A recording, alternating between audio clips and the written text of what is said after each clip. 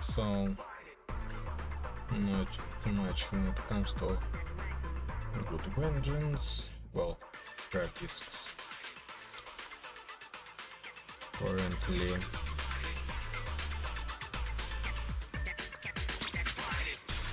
Out of my way!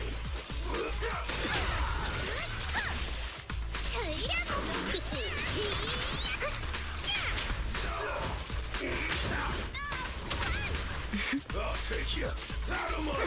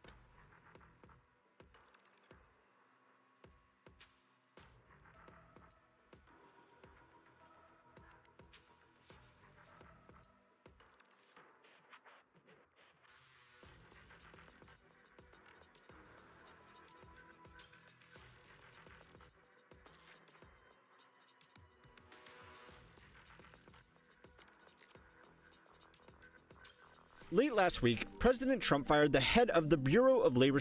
How many works video? Which is titled, so are we in a recession yet? A good question, considering, well, they fuck up a lot. But also, the rest of the world doesn't, you know, not fuck up.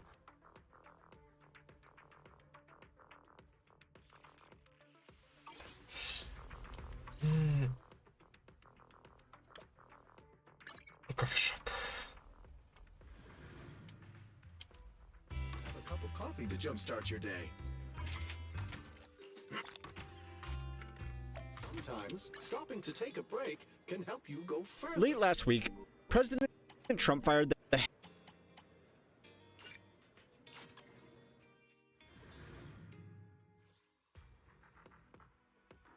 The head of what? head of the Bureau of Labor Statistics.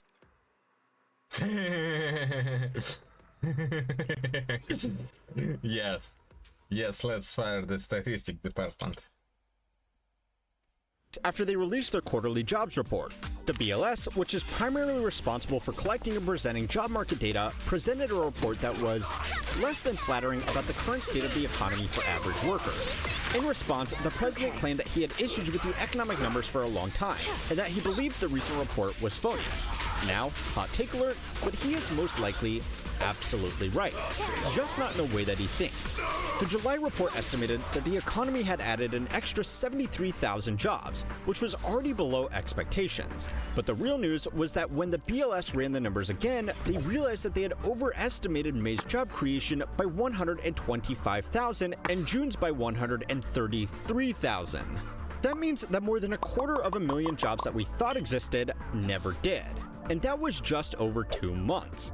These major readjustments have cast some doubts over the already disappointing numbers from this month, and for many people, it's reconfirmed what they were already thinking.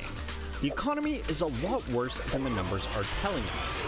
The latest jobs report was far worse than expected. President Trump accused the Bureau's commissioner of rigging the numbers to make himself and fellow Republicans look bad. Millions of qualified workers hitting the streets every day searching for jobs, but getting rejected. I got rejected by Taco Bell and Samsung.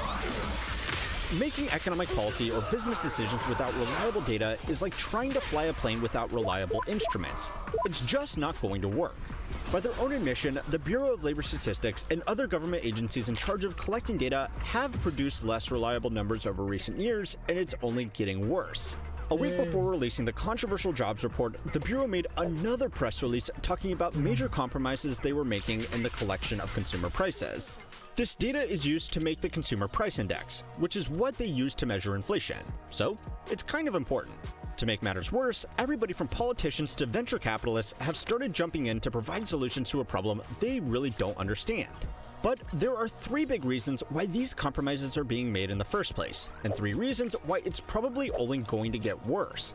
The first reason is that markets are changing faster than ever, and traditional agencies are struggling to keep up with new economic realities. For example, the jobs report that is suddenly stirring up so much controversy is really 2 different surveys: the Establishment Survey and the Household Survey. The Establishment Survey is what was getting so much attention, and it works by asking thousands of businesses and government agencies how many people they have on their payroll for that month. Now, these surveyed businesses supposedly include small, medium, and large employers, but this already presents some challenges. Large employers are more likely to have dedicated human resource departments that can respond to these surveys as part of their full-time job, whereas small businesses on average aren't as timely if they bother doing it at all. The actual survey only takes about 20 minutes, and for a lot of larger companies, it's built in automatically to their payroll software. But for a small business owner already putting in long weeks, a 20-minute survey on payroll statistics often isn't the best use of their time.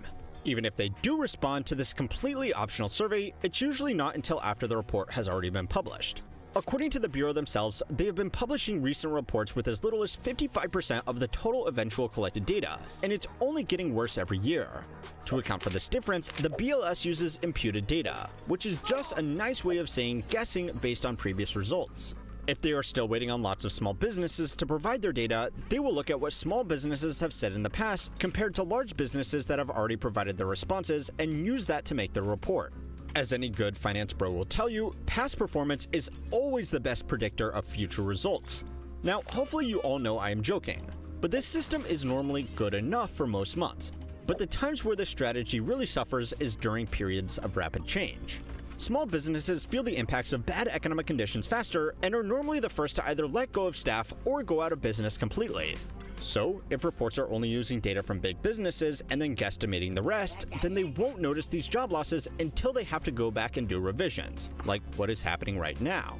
Now, this has been the case since the survey was first conducted. Not to sound too alarmist, but these massive downward revisions were last consistently seen during the run-up to the global financial crisis. But what's changing now is that smaller businesses are just responding less overall, and there are a lot more of them. The rate of new business creation has increased massively since the pandemic. In the past, these were normally real businesses that had a good chance of creating real jobs for real people, and we are still imputing economic data based on that old assumption, when really what most of these new businesses actually represent is people registering for their side hustle as an Uber driver in the gig economy. This not only goes a long way to explaining declining survey response rates because your average person driving Uber isn't going to fill out a BLS survey, but it also creates 2 bigger problems. The first is that it overestimates real job creation based on outdated assumptions. And the second is that even if this data was accurate, it doesn't capture a more pressing reality. We could create 1 million new jobs next month, and it won't do you much good if you are working 3 of them and still can't afford to make ends meet. And so far, all of this is just one report. There are dozens of agencies across America and the rest of the world that are failing to properly account for changing financial realities. So it's time to learn how money works to find out if we can trust our economic data and what it means if we can't. This week's video was made possible by us and our new Spotify page. If you would prefer to listen to these videos or watch them ad-free, the link is in the description. There are a lot of government agencies. Yeah, so that's already in the middle. Wow, that's a short video. Anyway, so yeah, makes sense. And Trump's administration should have, at some point, should get at some point what they deserve. But it seems that what will happen instead is that the next administration, whatever the next administration is going to be, will take the fault for all of the happenings. You deport immigrants, not like those free job spaces are gonna actually do anything, because they are pretty much virtual at this point, because some of the people deported are going to be, you know, business owners themselves. Dedicated to producing data on how the country and the economy is doing. The Bureau of Labor Statistics is the one cog in the machine that is making headlines at the moment, but other agencies like the Census Bureau, the Treasury, the Bureau of Economic Analysis, the International Trade Commission, the Department of Agriculture, as well as the data collecting branches of the IRS and the Fed all rely on each other to produce reliable numbers that they themselves put into their own calculations. For example, when the Bureau of Economic Analysis produces GDP data, about 70% of that is based on consumer data collected by the Census Bureau in their retail trade surveys. Interagency data sharing, as this is known, is not a result of laziness, but rather a feature of the system so that every department is overlooking every other department. But you can probably start to see the problems. Uncertainty in any part of the system creates uncertainty in the entire system, and that can be really useful for certain groups. The first are politicians who get to cast doubt on numbers that might make them look bad. But let's be honest, they never let numbers get in the way of a good spin anyway. The second group are large investment firms with access to their own proprietary data collection techniques. A report from a data firm published by Newswire estimated that investment management firms could spend as much as $15.4 billion this year on alternative data, which really just means anything not published publicly by government agencies or the media. That is 20 times the annual budget of a department like the Bureau of Labor Statistics. These firms are regularly employing tactics like using private satellite imagery or just running their own surveys where they will actually pay participants for more timely responses. The better their data is compared to the publicly available data released by government agencies, the more they can make on that data asymmetry. Now, you might think this sounds a little bit like insider trading, but it's not. Technically, the information they are collecting is out there for anybody to collect, and it's not their fault if the average goober on Robinhood doesn't have access to a fleet of spy satellites to collect it. This creates the second major problem with our economic data. It's more profitable to privatize the numbers. The BLS, for example, has 10% fewer staff and a 15% lower budget than it did in 2010 following the global financial crisis, after accounting for inflation. Now, that doesn't sound terrible, but the scope of its operation has also grown considerably in that time, making its job a lot harder overall. The fewer resources they have to actually go and collect primary data, the more they have to rely on guesstimations based on historical correlations. An article, ironically, published by Bloomberg last week, reported that the agency would no longer be collecting consumer prices from certain rural regions due to budget constraints. According to the report, the volume of data they are effectively making up has more than tripled in the last 6 months alone. The reason this is so ironic is because Bloomberg is one of the biggest data retailers in the world. Every one of those black and orange screens filled with random spreadsheets and stock charts you see in videos on trading floors is a Bloomberg terminal. Each one of those computers costs about $30,000 a year in an ongoing subscription. And the reason that big investment firms pay that much is because it gives their staff access to information that just isn't available to regular people. Anyway, budget cuts can create a vicious but convenient cycle for these parties. These departments have their budgets cut, so they don't have as many resources to collect reliable reports. These unreliable reports with big adjustments are then used to show how pointless these departments are, so they get their budget cut even more. The average voter doesn't really understand what these people do.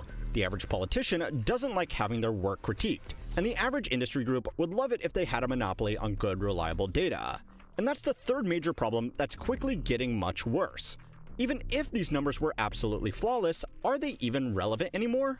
There are lies, damn lies, and then there are statistics. It's a quote so old that nobody even knows who originally came up with it anymore. But it's remained relevant for hundreds of years. A survey that I ran on all of you while I was putting this video together found that an overwhelming majority did not think that current economic statistics were an accurate reflection of the real economy.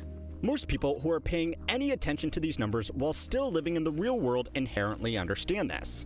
The idea that what is causing this disconnect is a secretive group of statisticians plotting away behind the scenes to make politicians look bad is frankly pretty dumb. But there is actually an element of truth in it.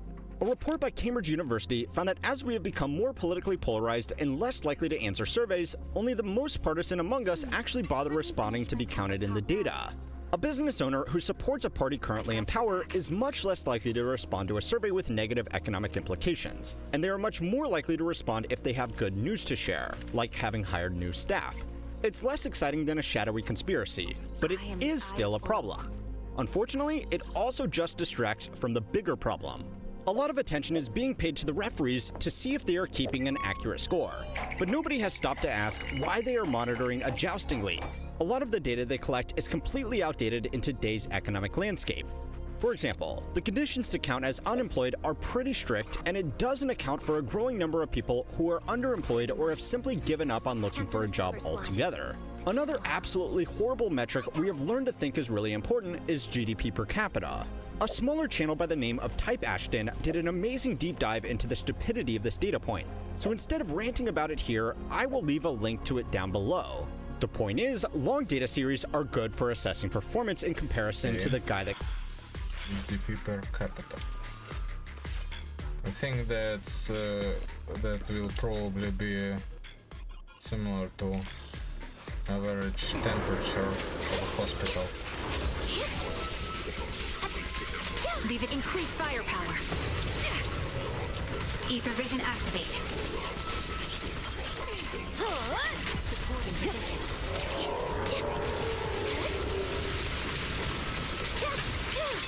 It's time.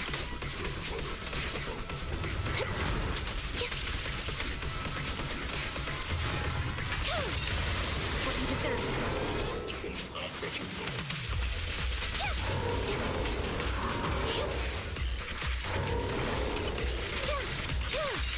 Now you can. Adjusting for wind. Target locked. Sound strategy.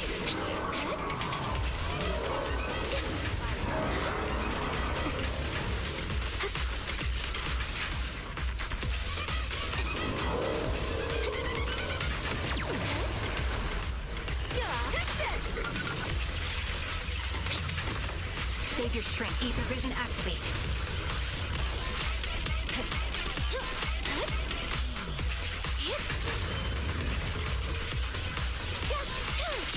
What you deserve.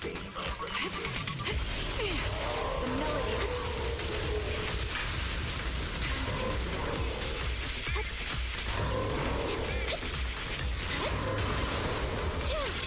Now you pay. There's no retreat now. Mind the voltage.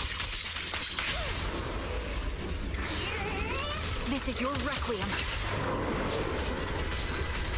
Right on cue. Resolve.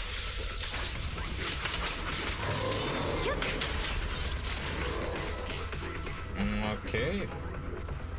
That's actually pretty good.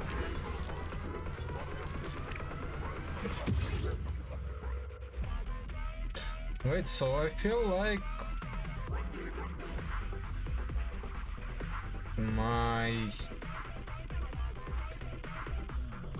this team isn't so bad after all.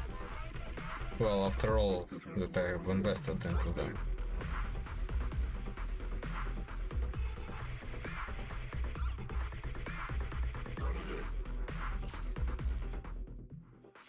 came before, but they aren't always the best indication of how things are actually going right now. If this goes on for long enough, people will just stop caring. In fact, they kind of already have. 10 million working-age men have completely dropped out of the workforce, which is yet another example of a trend which is not captured with this data. Go and watch this video to find out why this is happening and how they are surviving without an income. And don't forget to like and subscribe to keep on learning how money works. Sound strategy.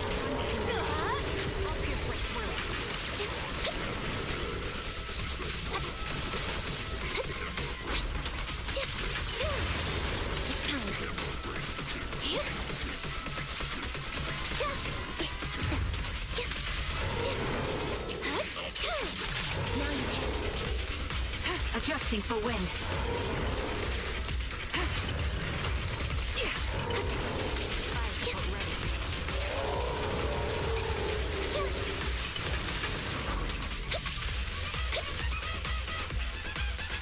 Save your strength, Envy. Ether vision activate. You're cornered. The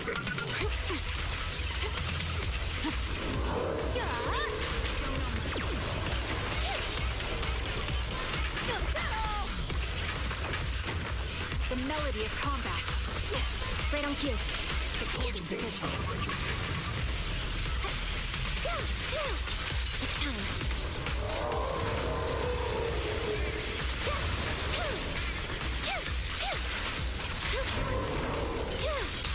Now you pay.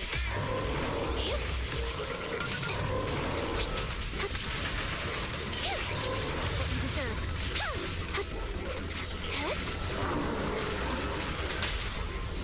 Focus.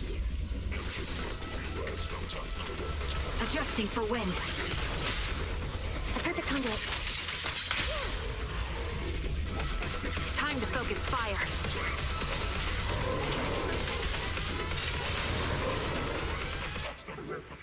Okay, something like this.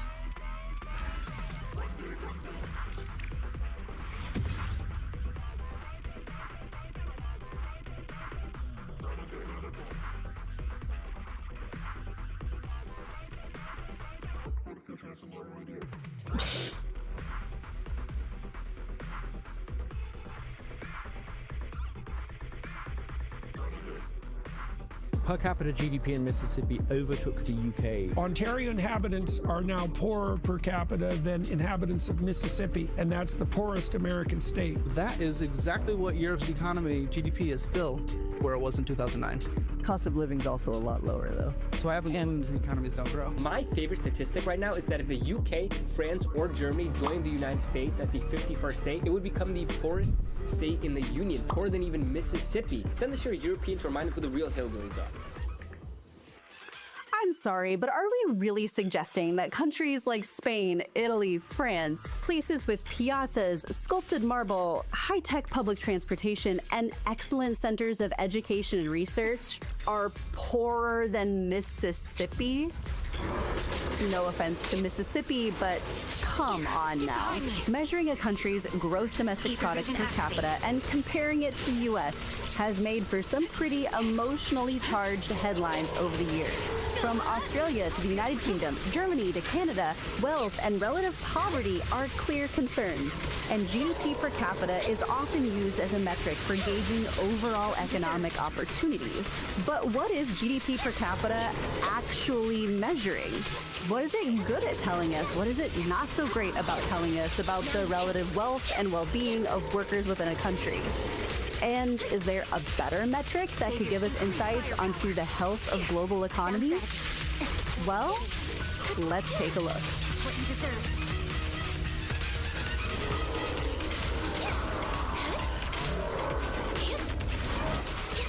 Before we can make statements like this headline from Euronews, statisticians and economists must try to solve an important problem.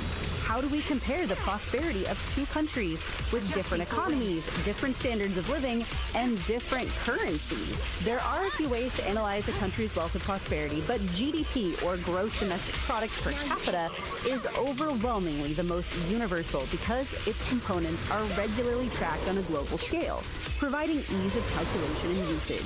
The basic formula for calculating GDP is to divide the gross domestic product, or the total monetary value of all goods and services produced within a country during a specific time period, usually a year, by the number of people living in the country during that time. The reason this is such an important indicator is that higher economic output is usually associated with higher household incomes. In other words, when an economy generates more value per person per year, that typically translates into more money for those working in that economy. Higher incomes mean families can spend more on the things they value. They can afford groceries and rent without financial stress, get the dental care they need, send their children to university, and maybe even take a family vacation. It also typically means that governments have a greater capacity to provide public services such as education, healthcare, and other social assistance programs.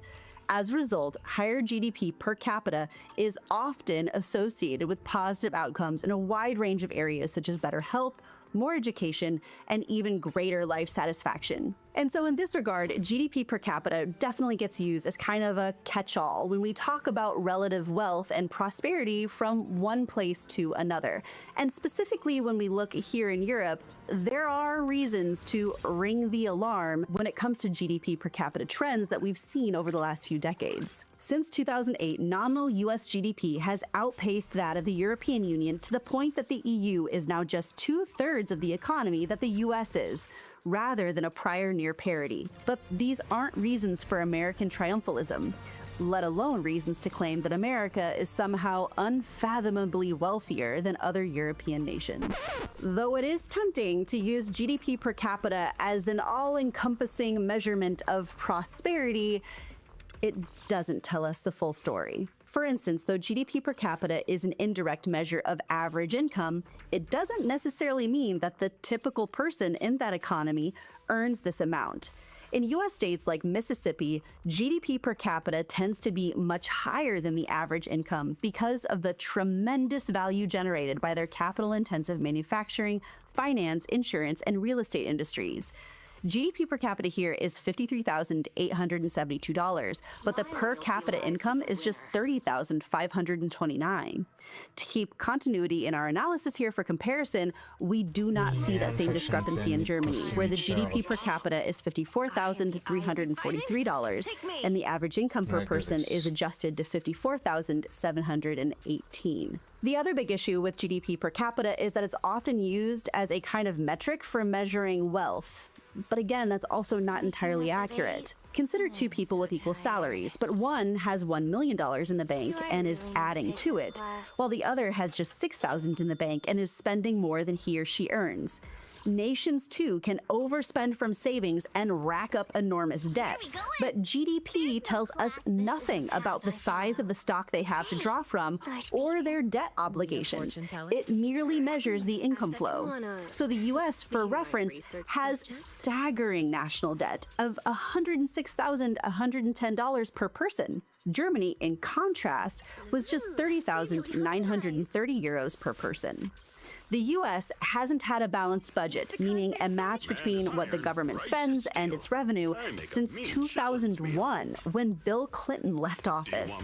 Meanwhile, prioritizing a mostly balanced budget, or a debt brake as we call it in Germany, is legally binding for federal and state governments. Now, before you come at me in the comment sections, yes, of course, there are exceptions to this, and this has caused a lot of political turmoil here in Germany.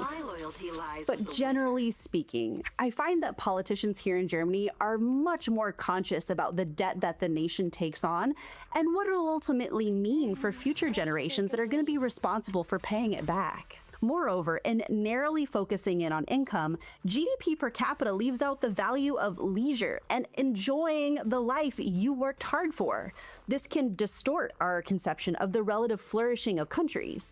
For instance, while the US GDP per capita is roughly 15% higher than the Netherlands, American workers work 26% more hours than their Dutch counterparts. Which country do you think is happier? Or spends more time on vacations, or gets to spend more time bonding with their children? It's not the United States. Also, keep in mind that GDP per capita can also be severely skewed by low tax environments. Take Ireland, for example. The country regularly makes the global top 10 for GDP per citizen. However, its real-world wealth is modest in European terms. You see, Ireland's GDP is principally distorted by the presence of more than 1,500 multinationals. Among them, most of the world's top tech, pharma, and aviation leasing firms, primarily because of the country's status as a tax haven. Just take a look. Wow, so I guess going to Ireland is not really the best option for me, because, well, I'm not gonna be that rich. What was I thinking about? Yes, music stuff. Look at what happened in 2015 when Ireland posted a gravity-defying 26% gain in GDP, the highest ever recorded in post-war Europe. Why? Well, the majority of that gain reflected Apple's decision that year to shift its intellectual property assets to an Irish domicile. The IMF calculated in 2018 that a quarter of Ireland's GDP growth could be attributed to global sales of iPhones, with the other Apple units paying the Irish unit to use its IP. But those phones didn't change the day-to-day quality of life or economic opportunity of the average Irish man or woman. The quality of life remained unchanged from the year prior. The most glaring issue, however, with calculations around GDP per capita is that they don't take into account income inequality. After all, the big issue with averages is that if the pool is skewed significantly to one side, it can really distort the final result that you get. Imagine two countries with the same national income. In the first, 40% of the country's income goes to the top 10%. In the second, 20% does. The latter country has much more income to go around to the vast majority of its citizens, and the aggregate well-being is likely to be higher. And this is something that is especially bad in the United States. In the past 60 years, America witnessed a massive transfer of wealth from the middle class to the wealthiest families, increasing wealth inequality. Ladies and gentlemen, the Beatles! In 1963, the wealthiest family had 36 times the wealth of families in the middle of the wealth distribution. By 2022, they had 71 times the wealth of families in the middle. And over the past 3 decades, America's most affluent families have added to their net worth, while those on the bottom have dipped into negative wealth, meaning the value of their debts exceed the value of their assets, which is the literal definition of the rich are getting richer and the poor are getting poorer. And don't get me wrong, other countries too have experienced widening wealth inequalities.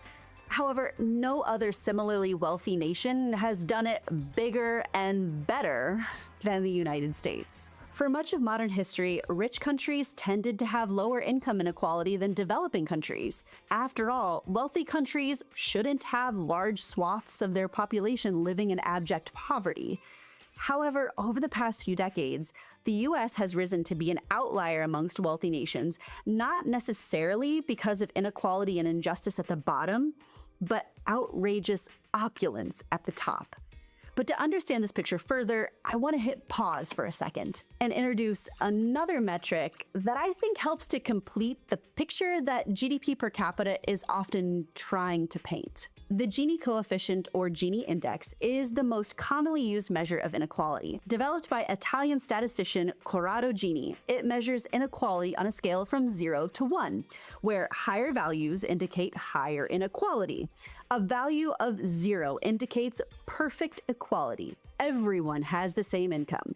A value of 1 indicates perfect inequality, where one person receives all of the income and everyone else receives nothing. We can use this metric to create something called the Lorenz curve, a visual representation of how far a country falls from perfect equality. In a population where income is shared perfectly equally, the Lorenz curve would be a straight diagonal line. 10% of the population would earn 10% of the total income, 20% would earn 20% of the total income, and so on and so forth. This line of equality is shown here on your screen. However, if we were to create a hypothetical population that was not so equal, perhaps where the bottom 60% of the population only earns 30% of the total income, the Lorenz curve falls, as shown. But the Gini coefficient doesn't tell us the full story either, as illustrated when we take this from a hypothetical example into the real world. For example, as you see here, South Africa is, by this measure, the most unequal country in the world, with a Gini index of 0.63. On the other hand, it still has roughly twice the median income of Guinea. The Gini index measures inequality within a country, but it doesn't take into account the country's overall wealth, which is where GDP per capita that I paused on earlier re-enters this conversation. When we plot on a graph the Gini coefficient on the y-axis and the GDP per capita on the x-axis for all of the countries globally, you get this. Note, the size of the circles visually represents the population of those countries. On the bottom right, we have countries that are wealthy and experience low income inequality, such as Norway and the Netherlands. On the top left, we have countries which experience widespread poverty, as well as highly unequal societies, such as Mozambique and the Democratic Republic of the Congo. An obvious outlier from the pack is the United States. For a country with moderately high wealth per capita, it experiences higher income inequality than all of its peers. And when we plot these values over time, we can see that while, yes, in fact, GDP per capita is high and it's growing, that wealth is being highly concentrated in the hands of just a very few, with little to no benefit to the typical average American family. And just in case you are wondering, yes, there has been calculations of the Gini coefficient on a state-by-state basis in the United States. And wouldn't you know it, Mississippi is, in fact, a highly unequal income state, just as predicted. Now hear me out. The US can still be a really great place to live and work, particularly if you have a really great potential for wealth accumulation, whether that comes from inherited wealth, whether that's in the form of a high-paying job where you can accumulate that wealth over time, or with the potential of a nice education where you can get that amount of wealth in the future. America is, after all, known as the land of opportunity. And I'm sure there will be many young Americans in the comment section of my video that are going to counter everything I've said thus far and say, yeah, well, at my job in the United States, I can make double what I would make in Europe. And to be fair, you're not wrong. However, just as the United States has been known as the land of opportunity, the risk of failure has also never been higher there. Personal debt is at an all-time high. Families are having less children in part due to financial concerns. And compared to most European counterparts, Americans have less of a financial safety net and significantly lower worker protections. Plus, it's normal in American culture to have to beg for donations in order to have the basic level of protection offered to citizens in most other similarly wealthy countries. GoFundMe doesn't exist where I live here in Germany. The idea that I would have to beg my friends and family for money so that I can take time off of work to help care for an ill child, or to cover my medical expenses, or to take off maternity leave greater than 6 weeks is absurd. I'm not saying that European economies don't face issues of wage stagnation, cost of living, or international economic competition. There are real concerns here on how aging populations will impact our ability to offer robust social protections. But while our conversations here in Europe are revolving around how we continue paying for these services, Americans are still trying to figure out how to do it in the first place. And here's the thing, at the end of the day, strong communities are not built by removing the guardrails. And it constantly surprises me on just how many Americans don't see that the issues plaguing their communities, like violence, poor educational opportunities, affordable housing shortages, crumbling infrastructure, and chronic illness epidemics, aren't exactly the product of economic policy choices that they have made along the way. And as a society, we all benefit from raising the collective quality of life, not lowering the burden of social contribution.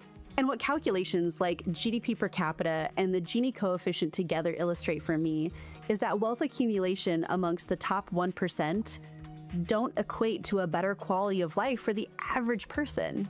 But I would love to hear your thoughts on this subject below.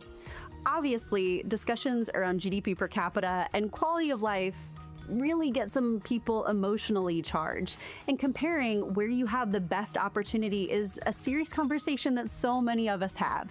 So I would love to hear your thoughts down below in the comment section on this topic, as well as maybe a discussion on how you feel these things have shifted over time, because these issues obviously aren't stagnant. So again, let me know your thoughts down below. And as always, if you enjoyed what you saw today, be sure to hit that thumbs up button. And for more content from Type Ashton, hit that subscribe button. So I'll see you next Sunday. Tschüss!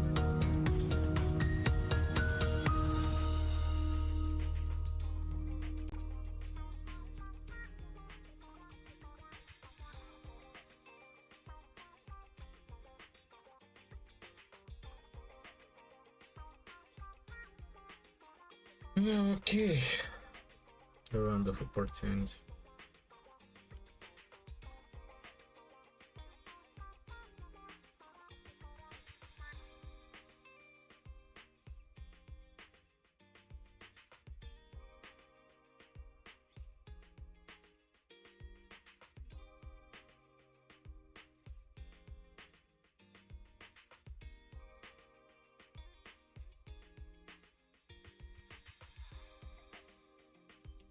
covering all of Oklahoma County, but right now mainly.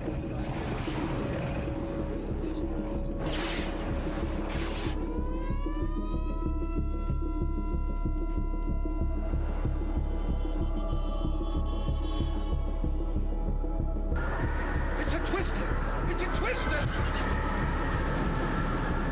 Growing up in Tornado Alley was a unique experience. From regular tornado drills at school to once-a-month siren testing to huddling in our closet during a tornado warning, this was simply a part of life, albeit thankfully an irregular one.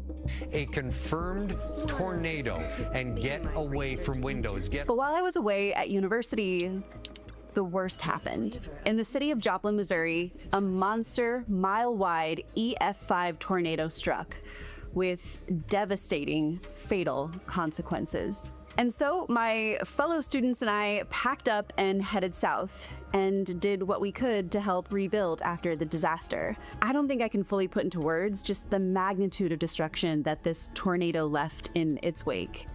Just entire neighborhoods were gone.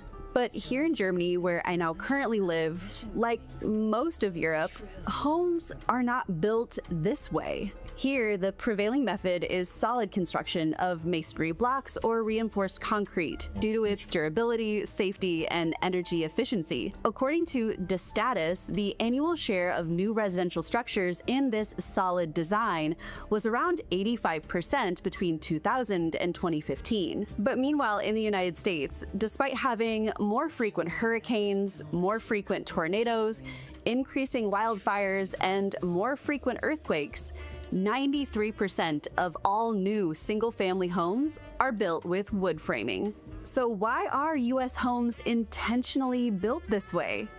And given the incredible financial and human cost to these natural disasters, shouldn't we be building better? Well, let's take a look. The joy that this delicious composition brings is truly remarkable. So why does the U.S. prefer wood frame construction for homes? From a historical standpoint, preferences on construction methods are responsive to the regional climate, culture, and resources from one region to the next. Since the arrival of the Europeans to the United States, construction began with wood due to survival. Quite frankly, we needed to build a large number of homes in a short period of time. As the new settlers expanded westward, timber was abundant and inexpensive, making it the material of choice for home construction. However, in the 1830s, wood construction underwent a significant shift with the introduction of the balloon framing system. This system utilized standardized sawed lumber and mass-produced nails, allowing much smaller wood components to replace the earlier heavy timber frames. Plus, it could be assembled by unskilled labor using simple tools, making it both accessible and economical. Fast forward to the early 20th century, and the introduction of balloon framing evolved into platform framing, which became the dominant method. So while yes, many homes in the United States do in fact have brick exteriors, these are largely cosmetic and are not load-bearing.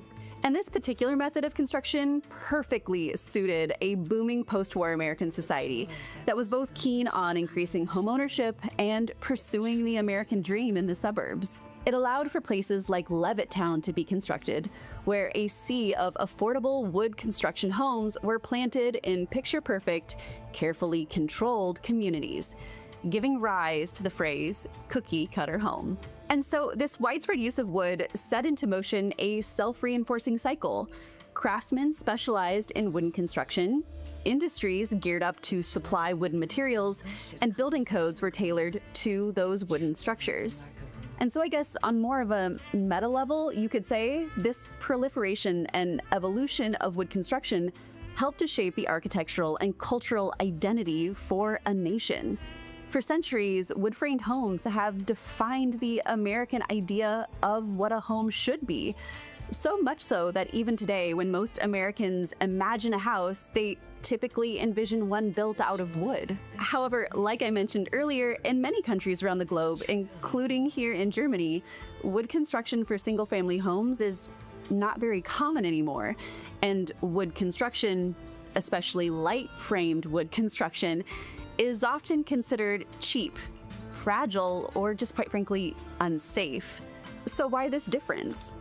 Well, like many other modern societies, we just consume more resources today, including wood, than during historic levels. Excessive consumption and wasteful practices put pressure on European forests, particularly in the 19th century when there was widespread deforestation, including where I currently live in the Schwarzwald. And so today, brick, stone, and concrete blocks have become so much more popular as building materials due to their durability, fire resistance, and sustainability for the climate. For example, my new home is built using Kalksandstein Mauerwerk, basically a sand and limestone brick masonry, which is a type of concrete mixture. It is, in my opinion, a much better built home than what I had previously owned in the United States. Which begs the question, why didn't this kind of construction method catch on there? Well, let's take a look at two typical American houses to help illustrate this problem. In 2023, an average 2,000 square foot, around 186 square meter home in the United States with wood frame construction cost around $285,000 to build. Meanwhile, an average concrete home would have cost around $350,000. Also, keep in mind there is a wide range of cost estimates from state to state depending on the availability of materials and local building codes in some areas.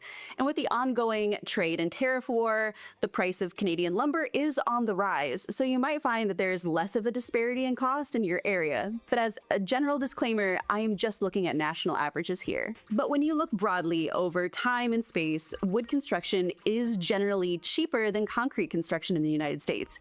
And given the fact that less than 20% of new built homes are custom built, if you're on the market for a new home in the United States, you're likely going to purchase it in a ground-up, newly built neighborhood, where the contractor can buy in bulk and leverage high-quantity orders on materials, or developed by a large company where design costs can be spread over a large number of production units in order to make a greater profit. Now, the logical follow-up question that you might have is, well, why don't Americans just buy smaller homes that are better made for the same price? Well, to that I would say smaller and better made might still be more expensive and not necessarily feasible. For starters, building larger wood homes spreads the fixed costs like finished lot prices, sewer and water access, permits, insurance, and design fees over a bigger area, benefiting both home buyers who get more bang for their dollar, i.e. a lower price per square foot, and builders who can achieve a better profit margin. Also, when it comes to materials, concrete homes are seen as non-conventional builds in the United States, meaning that lenders tend to be more hesitant to approve mortgages.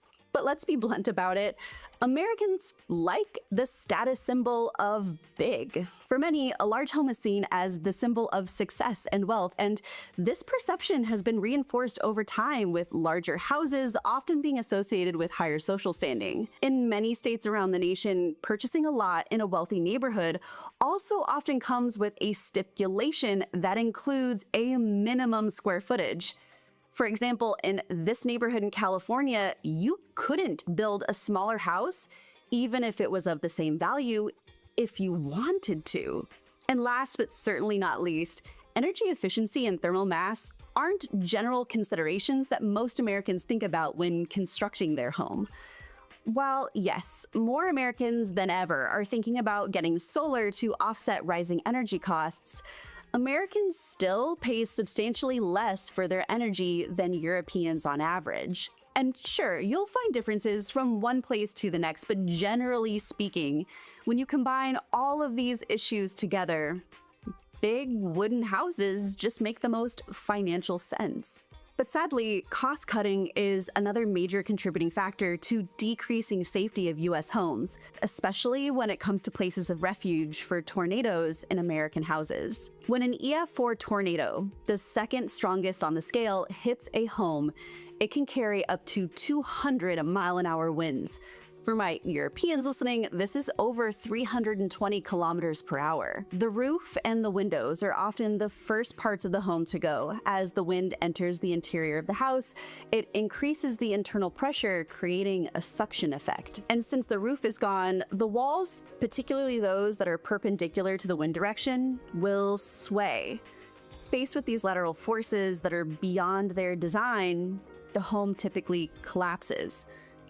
But for homes that can withstand these winds, flying debris is also extremely dangerous, acting as wind-driven missiles. Cars can be lifted and thrown, and even well-built homes can suffer catastrophic damage from small debris being transformed into dangerous projectiles. In fact, despite the Hollywood dramatics, most fatalities from tornadoes occur because of flying debris, not because they got sucked up into the tornado. I gotta go, Julia, we got cows. Now, a concrete home is, of course, protected from most of these factors, as this image here shows. Concrete homes are also better protected from hurricanes, wildfires, and with appropriate design considerations can be just as safe in earthquake-prone zones. But to be fair, the entire house does not need to be concrete to be able to provide a safe space to ride out a storm. And again, let's go back to that tornado scenario. According to the National Weather Service, seeking shelter during a tornado is the best way to keep yourself safe, and the best place to do it is in a basement, preferably below ground level. However, basements are becoming less and less likely in American homes, especially and curiously in the places where it matters the most. In the year 2000, 40% of homes were built with basements. By 2013, that number was just 32%. And today, only 20% of new single-family homes nationally are built with full or partial basements, mostly in colder northern or western regions where they were historically constructed as a means of temperature regulation or frost protection. According to reports from today, the rising cost of materials and waterproofing issues are the two main reasons why basements are no longer popular, with more homes opting for slab foundations than ever before. In 2024, we saw a particularly active tornado season with an unusually high number of tornadoes reported, including a record-breaking number in May. And those tornadoes are also becoming less common in the traditional tornado alley and more common in the southeast, particularly in an area known as Dixie Alley. However, it is extraordinarily uncommon to find a basement there. Due to soil composition, high water tables, and the region's climate, in the states of Oklahoma, Texas, Arkansas, and Louisiana, which form the West-South Central Division, they have a basement inclusion rate for new homes of just 0.05%. By the way, if you enjoyed this video today, join me in giving a big thank you to Surfshark for sponsoring this video and keeping my online identity safe with the best VPN available. If you don't know what a VPN is, it stands for Virtual Private Network, and it encrypts all of the data sent between your computer and the internet, so no one can steal your personal information. But a VPN can be used for so much more than just security. It can help you access news reports and online articles that aren't available in your area by changing the virtual location of your computer, which was a very handy tool that I used when doing the background research for my videos, just like this one. Had it not been for my VPN, I wouldn't have been able to unlock US government websites and certain local news reports, which are normally blocked from computers with an EU IP address. So if you don't already have a VPN, I highly recommend using Surfshark. We recently made the switch because it has excellent speed performance and we can use one account for multiple devices. So secure your privacy with Surfshark today. Enter coupon code TYPEASHTON for 4 months extra at surfshark.com/typeashton. Plus, there's a 30-day money-back guarantee, so there's no risk to try it out. To get started, simply click the link down below in the description. Мысленный эксперимент, который вообще взрывает мозг и ломает интуицию. В книге, а потом и сериале «Задача трех тел» описан компьютер, состоящий из людей. В нем каждый человек выполнял функцию транзистора, типа одно положение нолик, другое единица. И этот компьютер работал. принципе, нечто подобное технически можно провернуть и в реальной жизни. Можно собрать вместе людей и дать им строгие инструкции, как и в каких условиях себя вести. Подаем компьютеру данные на вход, затем система проводит вычисления и выдает ответ. На вопрос 2 плюс 2, например. Причем отдельные элементы, то есть люди, могут не уметь считать, ничего не знать о счете, а система проведет вычисления и выдаст ответ. 42. А теперь представьте, что мы соберем очень много людей в компьютер и запустим на этом компьютере симуляцию нейросети, способной думать. И у нее возникнет сознание. Тогда получится, что есть объект с сознанием, который состоит из других объектов.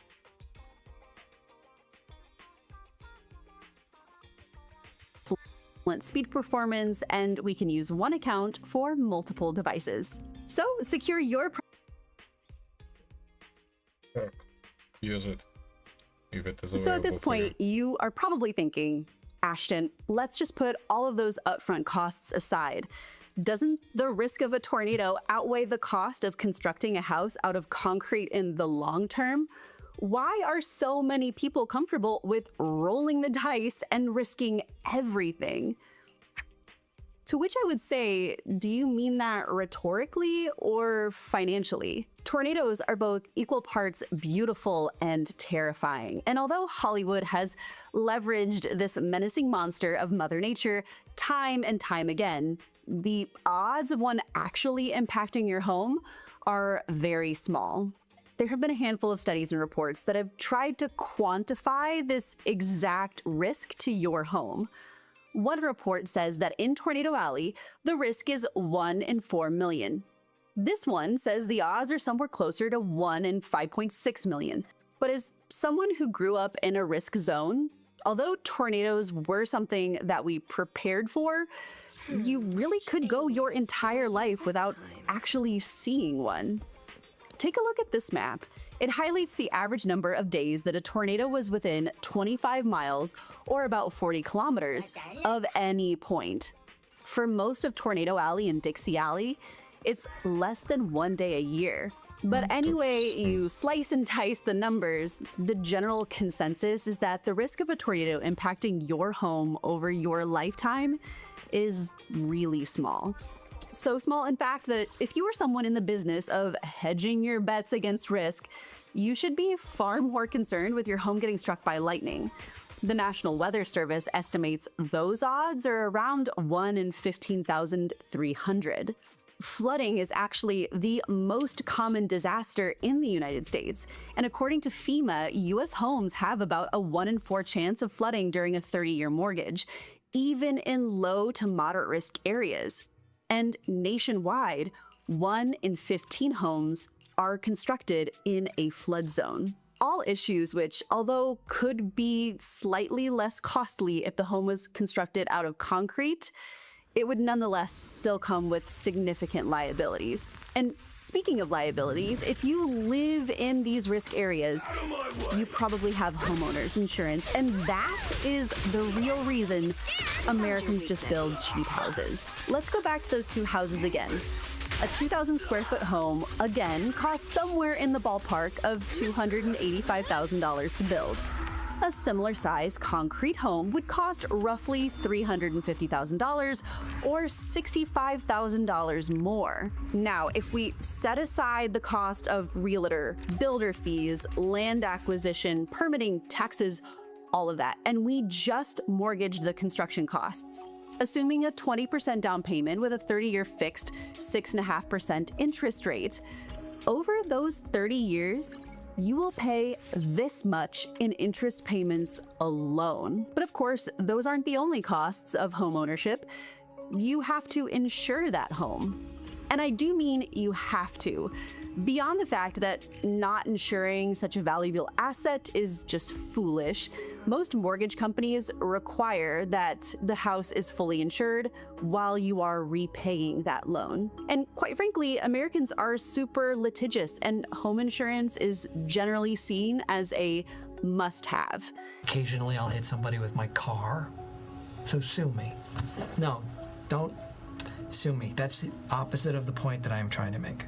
It's why only 7.4%. That's the opposite of. The point that I'm trying to make.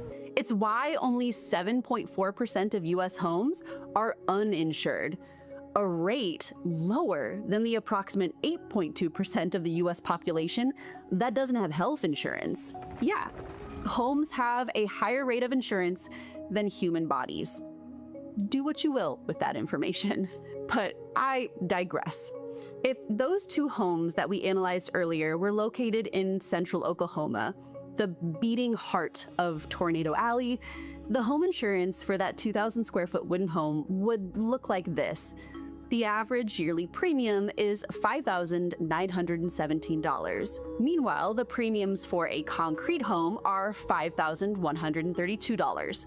Lower because it's safer, sure, but only about 13% less, which means that if you live in that home for 30 years, the total cost of purchasing and insuring a wooden home is this, while a concrete home will cost this. And of course, for this calculation, we're setting aside things like maintenance and energy costs, which would likely be lower on a home constructed out of concrete. But if we're just calculating the risk to cost for tornadoes specifically, well, assuming we have a 5% of value deductible for tornado coverage for that home value, again, I'm assuming that those costs don't change over 30 years, and this is entirely hypothetical, but you could have your home wrecked and rebuilt over 7 times by a tornado before you would ever cross over the break-even point. And that really is the big takeaway from this video. In the United States, it just doesn't make financial sense to build from concrete. And please note, I do not intend to be dismissive of the loss of life by only looking at the financial cost and not the human cost of these natural disasters. A major tornado outbreak across the South. More than 24 people killed and the death toll climbing. An especially dangerous situation right now. Multiple While tornadoes we don't in have the Mississippi. official numbers yet for 2025, we are still in the midst of a tornado season right now. But there have already been numerous outbreaks and reports that we are well above last year's total, at approximately 67 deaths at the time of recording this video. However, going back to the numbers, the emphasis on the financial toll is often the way in which the US quantifies risk and qualifies states for support and aid after natural disasters. The estimated cost of assistance is one of the key factors FEMA evaluates when reviewing a state's request for major disaster declaration, an agency, by the way, which the current administration has set its intentions on dismantling. And at the end of the day, the financial disincentives to build better, despite the obvious advantages for durability and safety, highlights the prevailing consumer-centric culture in the United States. NOAA confirms 54 tornado-related deaths in the US in 2024. Of these, 33 deaths occurred in a manufactured home and 10 inside a traditionally built wood frame home. In addition to being overwhelmingly constructed out of wood framing, 97% of new homes built in Texas, Oklahoma, and Arkansas are also built without a tornado shelter. And there is no legal mandate or requirement to construct them. And listen, Americans also move houses up to 5 times on average in their life. So fast and affordable construction makes it possible to change a state or a house without it being a huge financial problem. And as more and more Americans are facing housing shortages or are completely priced out. Yeah. Yeah. United States has lots of problems. The current administration doesn't help with fixing them, only making the situation worse most of the time.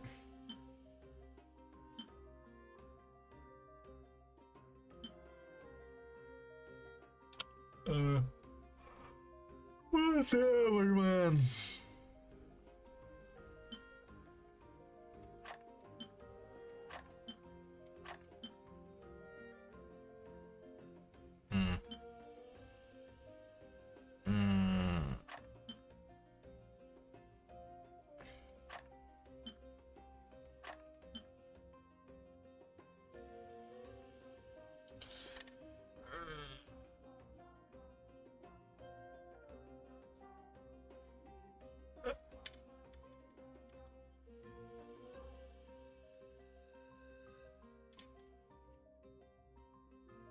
Okay, let's think about it for just a tiny bit.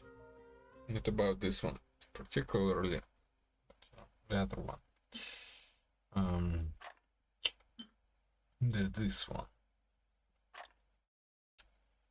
There are barely any characters the scale of energy recharge. And let's just say they're not meta. And they have a better disc, I guess. So I am going to trash this disc. Okay. Not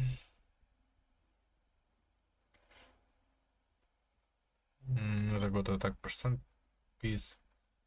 Really not a good enough HP percent piece.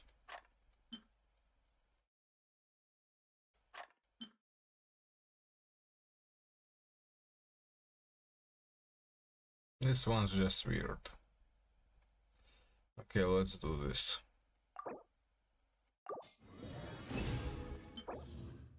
HP percent, energy recharge, crit damage. Yeah, whatever, man. These images were generated by AI. The improvements that have been made recently around AI art generators have turned its images from janky and unrecognizable to detailed enough to fool even those familiar with AI. Anyone can now generate images that look like an artist created them.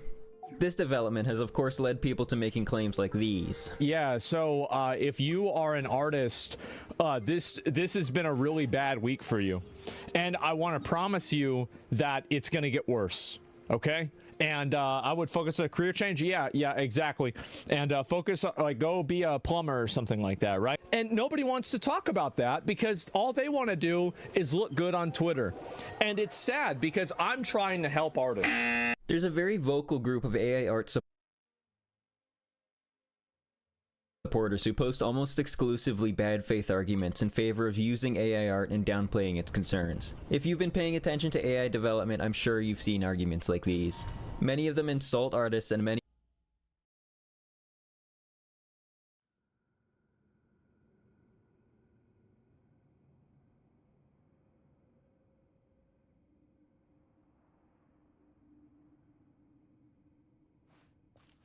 of them attempt to make fun of those that criticize AI art. This isn't a monolithic block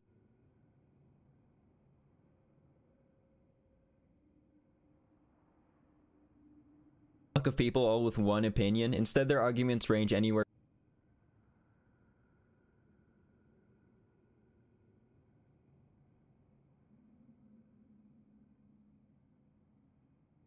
from AI is just a tool all the way up to artists will be crushed into a fine paste. There is no shortage of people posting bad takes about AI art, especially on Twitter for some reason. Shad M. Brooks, or Shadiversity, is one of those people. He's a YouTuber that's gained his audience from historical overviews of weapons over the years.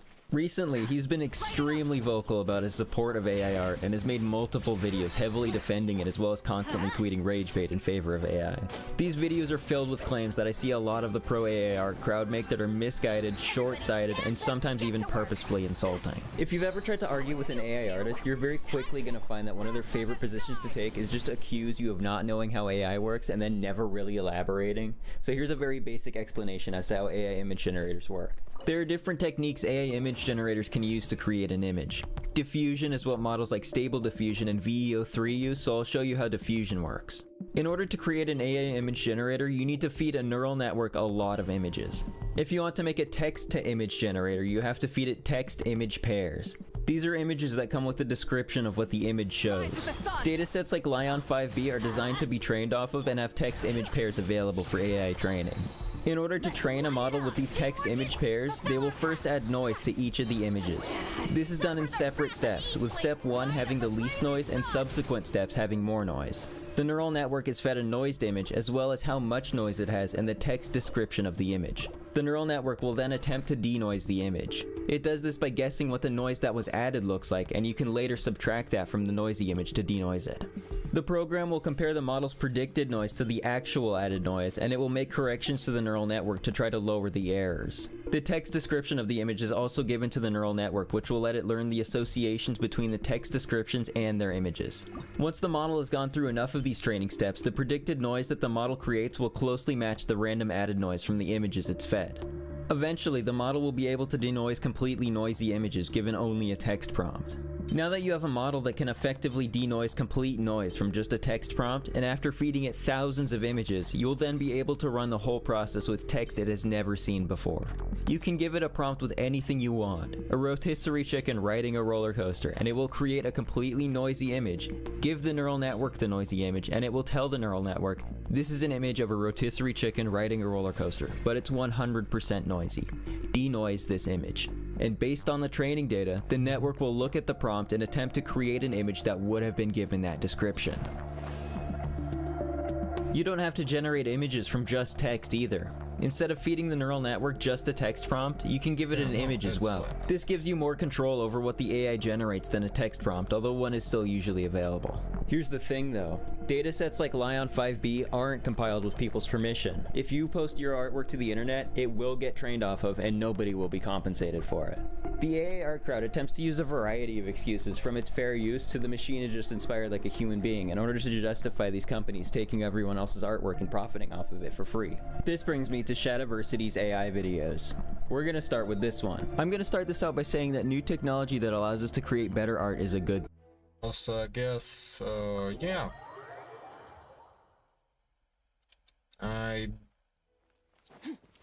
Good to know that's how diffusion models work.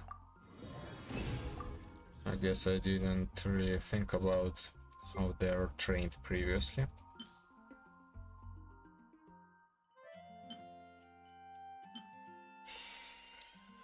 And now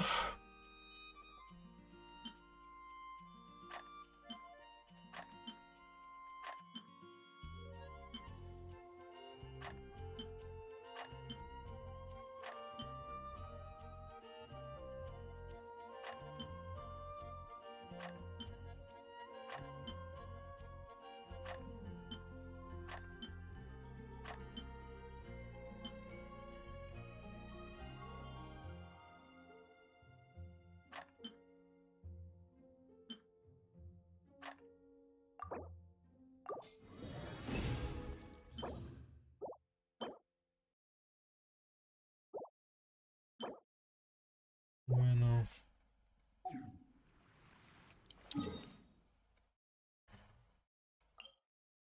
Work here. I work in Blender as a 3D artist, and I'm always looking out for new tools to help me create better art. New tools let artists create better art. AI is completely different. Although to an outside observer, AI, I guess, is pretty fucking useless to create new art, isn't it? It has a completely different, you know, flow. like Shad, it looks identical. The fundamental difference that AI art generators are relying on work made exclusively by other artists ends up posing significant issues for his arguments. I also want to mention that I don't have an issue with people just simply playing around with AI image generation. I'm not going to crucify Grandma because she wanted to see what her dog looks like as a human being. It only really becomes an issue when someone uses it to replace an artist that it was trained from. Unfortunately, he sees no issue with companies doing exactly this. So Shad does know how to draw to some degree. The average person probably wouldn't be able to have the skills to draw something like this if given a pencil and paper. He is capable of developing legitimate art skills. Many of his arguments end up relying on these artistic abilities and talents. He believes that he's getting the results that he is because of his own art skills, and he makes that point very clear throughout the entire video. You're going to notice that this claim directly clashes with how he's choosing to use AI. Instead of continuing to spend the time to grow his artistic abilities that he's proud of, he's now choosing to use that time to prompt a model trained off of others in order to finish his work. This video is an attempt at justifying his use of AI art. The video starts with Shad explaining that he drew characters in physical form on paper, but he mentioned something a little weird. It was a great revelation to me later on in life. It wasn't actually the physical, mechanical movement of drawing that I was actually enjoying, but it was the creation of something. I never particularly enjoyed working with physical mediums, but discovering digital coloring fixed all the problems that I was finding with hand coloring myself, and enabled me to produce much, much higher quality art than I was able to do without it. Technology enabled me to produce much higher quality artworks, cutting out much of the tedious processes, and enabled me to express my artistic vision faster, easier, to a higher level of quality. So as you can imagine, any technology that grants this same benefit, I am very, very interested in, hence my interest in AI art generators. Many people view this new technology as something that robs people of their artistic pursuit and potential. What I see is the exact opposite. Indeed, far from robbing artistic expression, when you approach it with intent, having a specific vision in your mind that you want to achieve, it can enable you to bring that vision into a level of reality, detail, and beauty than you might ever have been able to do without it. So this is the first example that he chose. I'm not sure why he used this as an example of AI making something look better. I'd much rather just look at the first one. The realistic AI one is more detailed, don't get me wrong, but that's all it has going for it. The details that the AI did put there don't even make sense. What's up with their hair? Is this supposed to be photorealistic like the face and the skirt, painterly like the armor, or hand-drawn like the sword? The one he made without AI is just better. It's in a consistent art style because all of the skills used to make the image are his. I can't get enough. Back with another milk. Help! Help! Help me! But when you combine other artistic talents and abilities that you cultivate in other mediums, that enables you to make the very best art with this technology. And I'm not kidding in this. I am an artist. I've developed a very keen eye for proportion and detail, and I have applied that in every artistic pursuit in whatever medium I'm using. So the way he's using AI is to draw an incomplete image and then feed it into the model to get something that looks better. So this is just the how to draw an owl meme. This is a joke about glossing over important parts of the creative process. You can only get so far with the skills you have, and if you don't have the skills to draw the rest of the owl, well, that's what you're gonna be left with. When you rely on AI to draw the rest of the owl for you, what you're doing is you're relying on the artist who can finish it without AI. Anything you put into a machine trained off of their work will just end up looking like their work or a combination of those artists' works, because that's how image generation forms images. It's made by me using the tool of AI to achieve the specific vision that I have in my mind. This is going to be the main claim that he sticks to when he defends his use of AI art. He makes the claim that anything he prompts is coming from his mind, just like an artist using tools, and so any art that comes out of it is his art. This right here is a good demonstration of the core of the problem that I'm going to be covering throughout the rest of this video. He's clearly proud of the art abilities that he did legitimately learn. He did obviously spend some time figuring out how to draw to this level. He clearly wants to create art, but now with the invention of AI, instead of continuing to put that time into developing his own skills, he believes that he can successfully forego all of that learning by just having the right prompts, and that should give him the same level of respect as a real artist. He wants us to think that this is his art because he chose the prompt. By the way, if you ever think I'm like being too hard on Chad, you have not seen his Twitter. He tweets like if you ask ChatGPT to roleplay as an insecure 13-year-old. For someone that claims to be such a good writer, which he also does, you would think he'd be able to come up with something a little bit more creative to say than this. He says this word a lot. I bet he thinks it makes him look cooler or like a rebel or something. He's 39 years old, by the way. This is embarrassing. First, you need to refine the prompt, and finding the prompt that works best is a process that can take thousands of different tries. Experienced people with these programs know how to tweak the prompt as they generate images, guiding it by altering the prompts to get the results you want. This is another common argument people make in favor of AI art that just doesn't make a lot of sense. What useful transferable art skills will someone have gained after a month of prompting? Are you really improving your art skills by tweaking prompts for an hour, or do you think that time might be better served, I don't know, learning a Blender tutorial?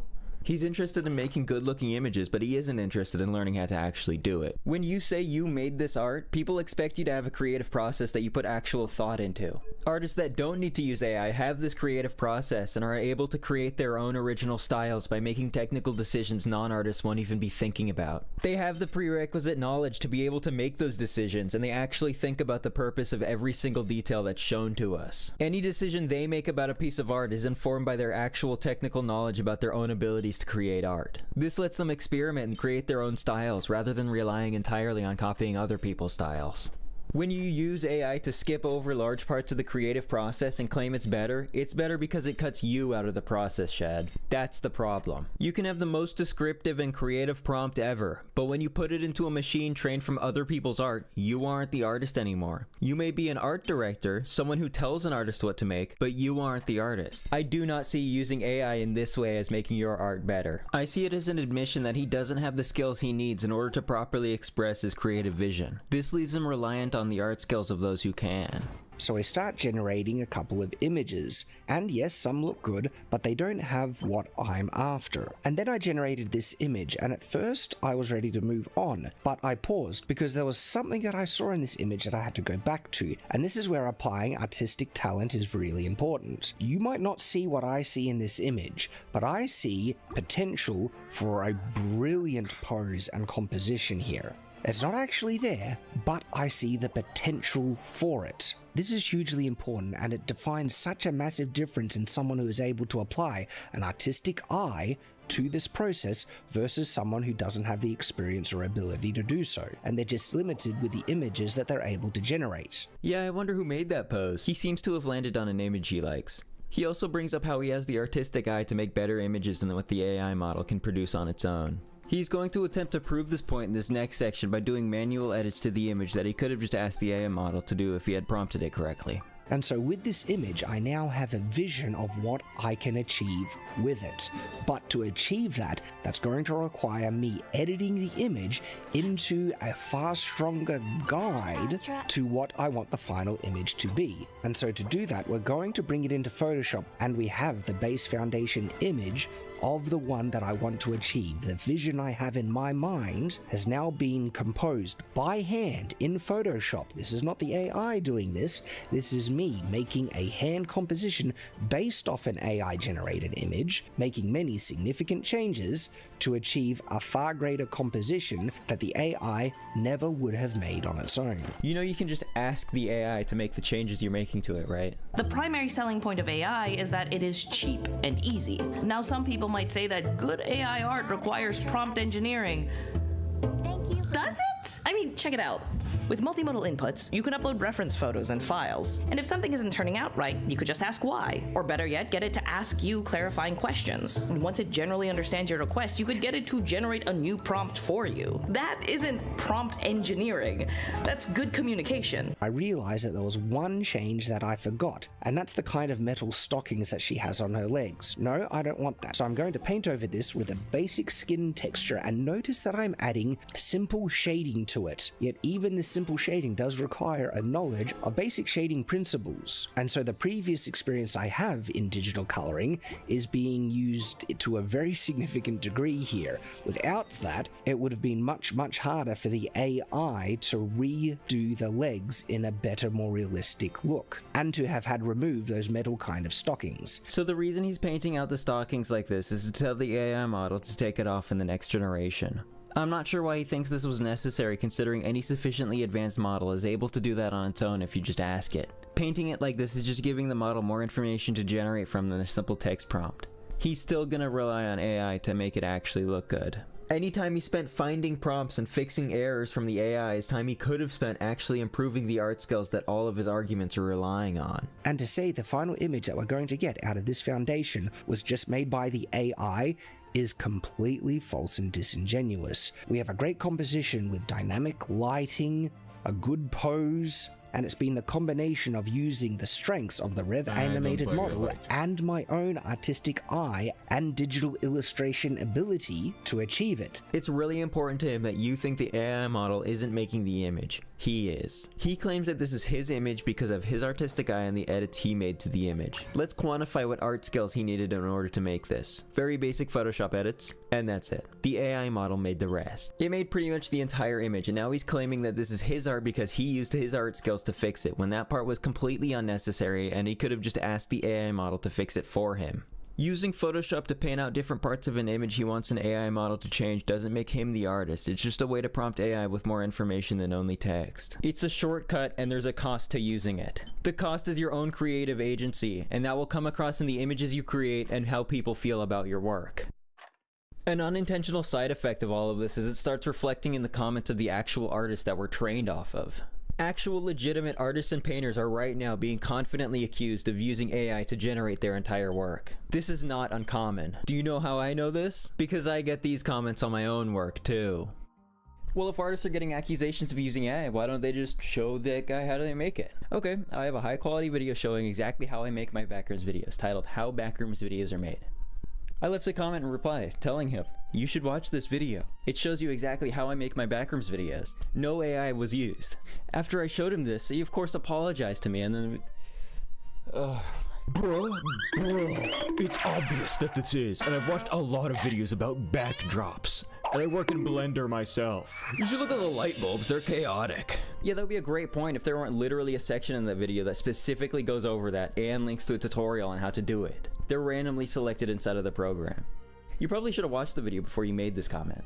My brother works at King AI. I think he means Kling. And I can understand that for sure this is a neural network. I'm not accusing you of anything. Yes, you are. I'm just telling you the way it is. You probably uploaded photos to IE and made the AI make a video of it.